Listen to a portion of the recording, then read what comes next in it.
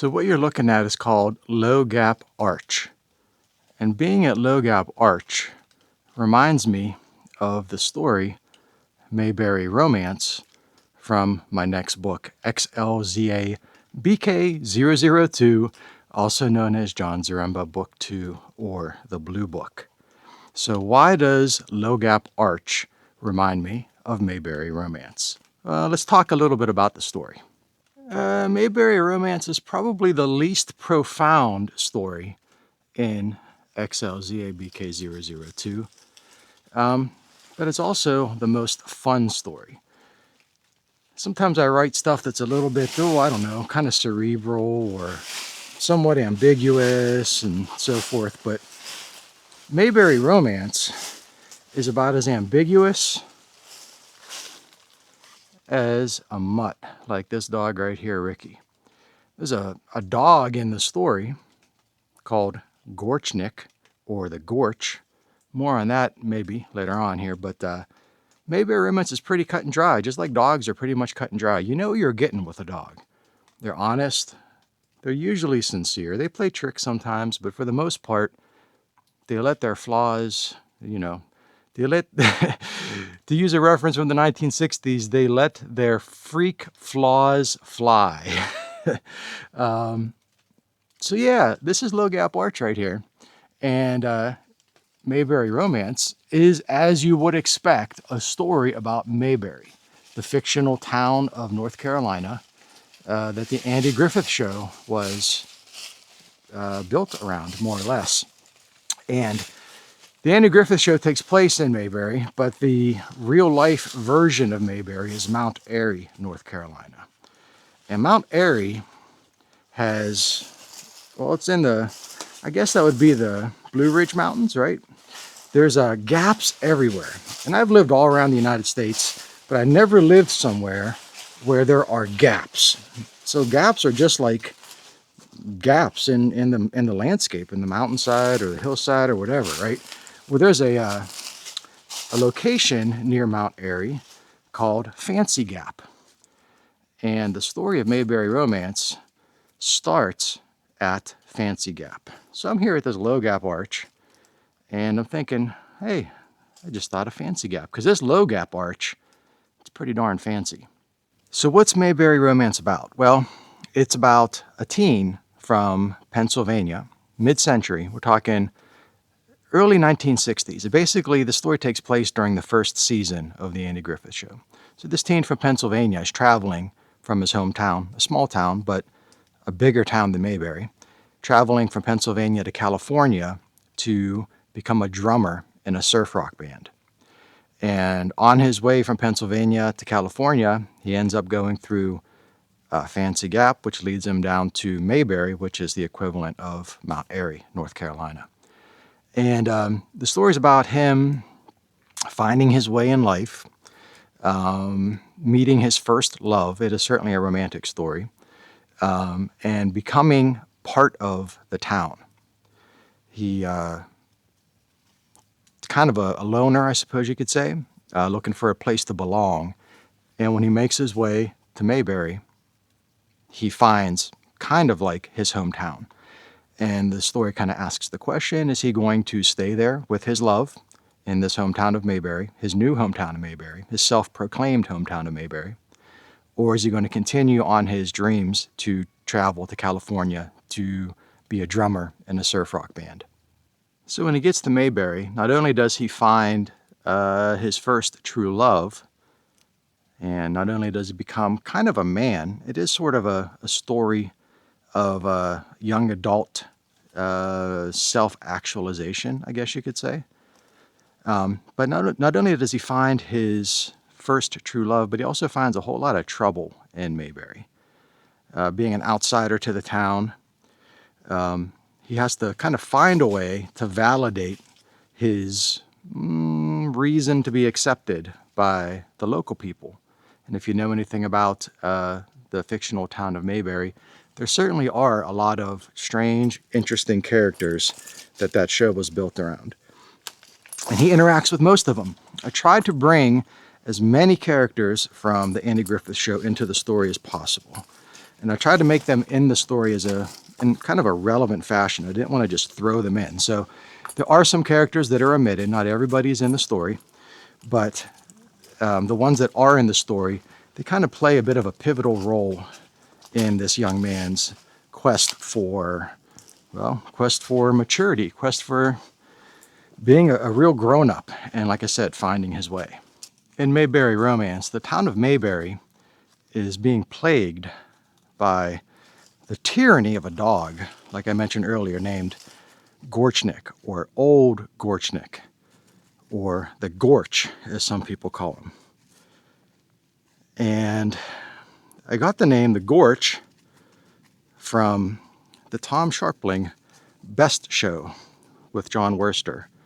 They have a figure that takes place, well, hang on, it doesn't take place. The show takes place in the current day, of course, but there's a character from the Best Show called Roland Gorchnik. And the storyline for the Gorch is that he was a greaser in the 1950s that inspired the character of Fonzie from Happy Days.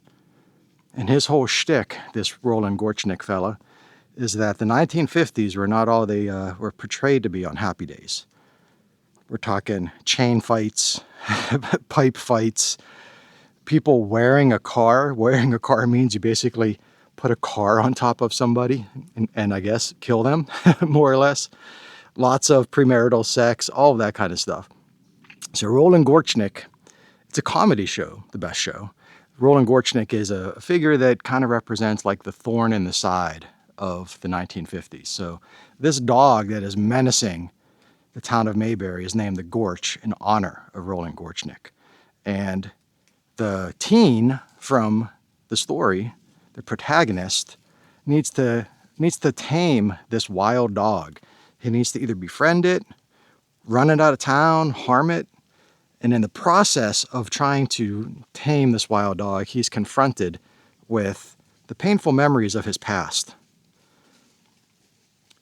And that confrontation with his past is what kind of leads him on his path of self-actualization. So the question that I've been thinking about over the last few days is Mayberry Romance fan fiction? When I wrote it, I thought, yeah, this is fan fiction. I've never written fan fiction. I don't like fan fiction, but I realized that I'm writing fan fiction with Mayberry Romance. And I was watching the latest episode of Hillary Lane's Second Story podcast. She's an author. I think her latest novel is called The Blue Prince.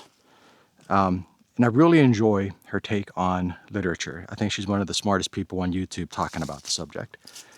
And she goes into quite a bit of detail explaining how fan fiction ruined the novel, ruined fiction in general. And I never thought about it until watching her podcast. And after doing so, I realized, you know what? I think she's right. Like I said, I've never really even paid attention to fan fiction. I just thought it was a small corner of the internet that kind of was just for losers, for less people that didn't have any original ideas and they just thought they would write something based on someone else's character, someone else's world and all that.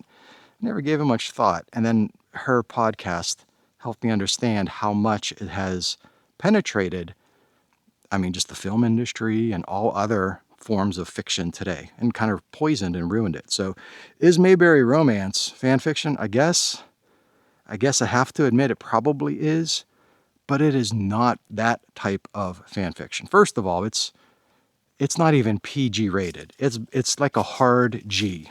You know how like in the old days you'd have R-rated movies now aren't even R-rated anymore. They're all kind of like PG-13. But if you think back in the old days when R-rated was like a badge you'd want to be proud of in your film, there was an elevation of the R rating, which was the hard R.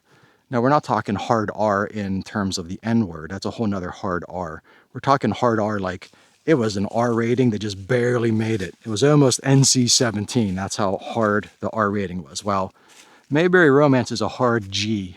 It's G-rated, but it's G-rated with an edge. And much of everything else I've written has been, hard R. Oftentimes pushing that NC-17 or X rating, to be honest with you. So this is a bit of a departure for me. Like I said, this is not the most deep story in the book, but it is also kind of sort of the most autobiographical, which is another reason why I think that it is kind of like fan fiction, because I guess that's the gist of fan fiction, is people writing themselves into the worlds from others. And I kind of did that in a way with this.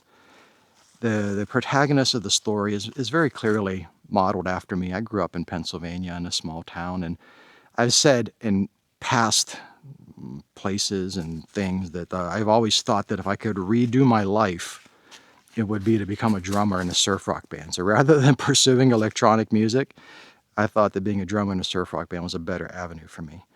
And that comes from the perspective of 1990s surf. We're talking like the Bomberas, the Ghastly Ones, etc. Because I'm a very, very, very, very, very big fan of surf rock, and I actually like the 90s stuff better than the originals. Now I'm kind of way off topic here. Let's wrangle this thing back to Mayberry Romance. So Mayberry Romance is the inverse of Vigilante Romance from my first book. All the stories from Blue Book, Book 2, are the inverse of the stories from Book 1, the Red Book. So Vigilante Romance was a story about an old guy that was at odds with his hometown. And he essentially wants to more or less destroy his hometown to right the wrongs of his past. Well, that's Vigilante Romance. Mayberry Romance, like I said, is about a young man trying to find his hometown and falling in love with his self-proclaimed hometown. Not wanting to destroy anything, but rather wanting to create instead of destroy. I recorded 2 albums back in the day. First, I recorded Vigilante Romance. And Vigilante Romance was my first real attempt at making an album that I thought, I was so confident that this thing was going to take off and become popular. And I still think it's one of the best things I've ever recorded, and I still think there's absolutely nothing else that's ever been recorded like it. And I promoted the heck out of Vigilante Romance. I tried so hard to get radio stations to play songs from it, to get labels to sign it, everything. I pressed 1,000 copies of the Vigilante Romance CD. And this is what, 2007, so CDs were still in fashion in 2007. And it failed. It failed commercially. It failed financially. Didn't fail artistically, because I think that Vigilante Romance is, like I said, one of the best things I've ever recorded, and I think it stands up today. It's one of the albums of mine that I still come back to from time to time. So when I wrote the story Vigilante Romance, it was a text adaptation of the album. I was bitter because nobody really liked Vigilante Romance. There's a small handful of people that appreciated it, but the vast majority of people thought it just wasn't right, wasn't good. So I wanted to counter that with Mayberry Romance, which I made a couple years later. And Mayberry Romance is an album that is all about the Andy Griffith Show, and each song of the album is dedicated to the fundamental virtue of each character. Like all of my albums, there's 13 tracks. Each track is about one of the characters, and it deals with that character's fundamental virtue. That's kind of, sort of, similar to the same approach I took with the stories. The story of Vigilante Romance is certainly quite bitter. The character, Ogden, in the story is certainly quite bitter. And I was in a place when I was writing it where I was a little bit angry as well. Mayberry Romance is different. That's why it's red versus blue. We're in the blue world with this particular book. And Mayberry Romance, I am not feeling particularly bitter. I'm a bit older since Vigilante Romance was written. Got a bit of a different perspective on things. And this story hopefully reflects that. It is certainly, I think all of my work is romantic. I really do. Even the most violent stuff like Einhorn, I think is an extremely romantic story. But people don't agree. I think everyone would agree that Mayberry Romance is traditionally a romantic story. Well, I don't know what else I could tell you about Mayberry Romance. There's more to it. I don't want you to think it's a shallow story. It certainly isn't shallow at all. There is some depth to it. But I think that depth is probably best left to be discovered by you when you read it. And I do hope that you read it. I hope that you get the book. Book 2 is coming out in February. February's not too far away. It's mid-December right now, so the book will be out before you know it. As we get closer to the release date, I'll do some more videos to kind of talk about the whole thing conceptually. I just wanted to kind of chime in and interrupt your day for a moment here to tell you about Mayberry Romance, because it is, in comparison to everything else I've written, it is probably the most unique of the stories I've done so far. So I appreciate you watching this and listening to me ramble about, ramble about some fan fiction I've written. God help me. But thanks for watching, and hope that I see you in another video.